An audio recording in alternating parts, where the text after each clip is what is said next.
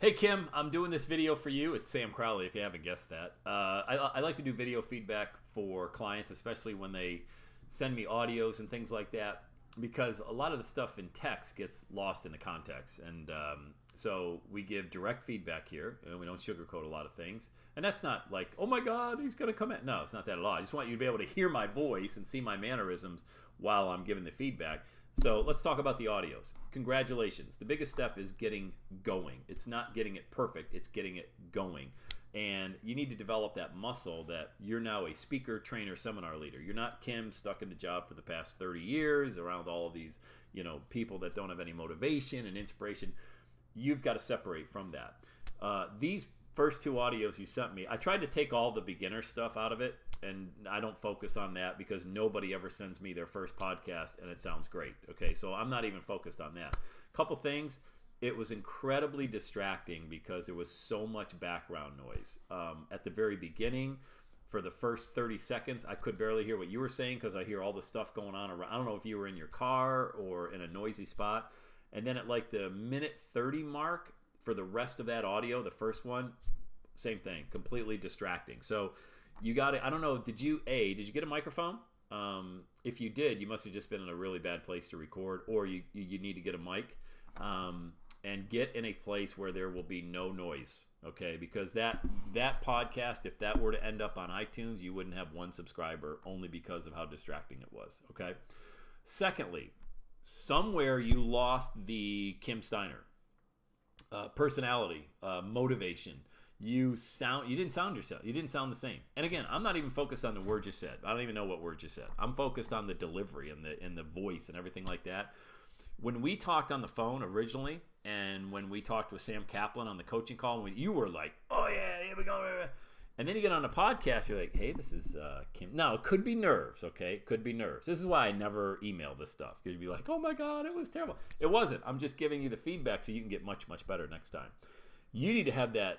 Don't fake it. You don't need to be somebody that you're not. I'm just saying, you got to get that Kim Steiner that was on the call with Sam and I back. Like, "Hey, it's Kim Steiner, host of Escape the Madness." Man, I started this podcast, and this is pretty crazy because this is out of the norm for me, but then it makes so much sense because I've been stuck in the madness for so long that I'm here to help everybody out there. So what I hope you get from this podcast is the sense that your best days haven't even happened yet, that you might be stuck right now. That's cool, but together we're going to work through this thing. I'm kind of like the crash test dummy for people that are working through this stuff, and I'm figuring out new ways to stay motivated, stay inspired, stay empowered, and live my best life. Heck, I'm 55 years old, and I think I've basically lived half my life. I'm so excited for what's going to happen. I want you to come along on that journey with me.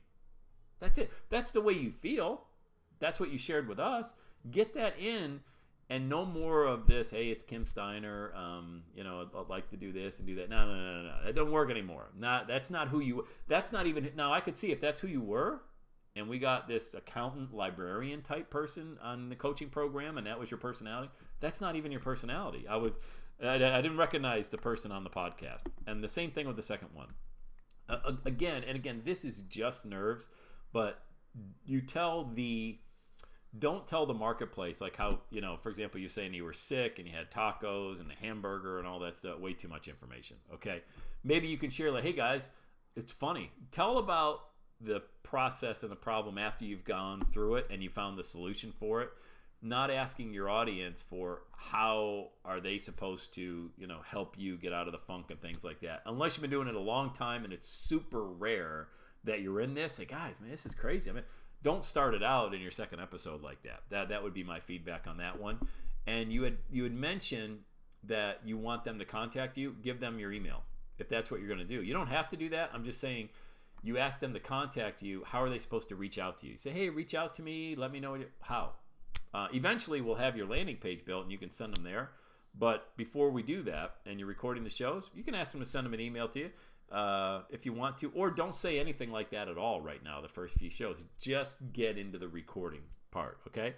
So take that feedback as complete love for you and to hold you accountable and to keep you moving and create momentum.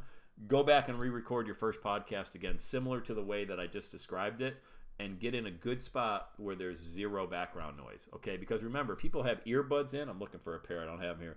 they're jammed in their ear, and if they're hearing all that clanging, think of them going like this. Okay, that's what's happening.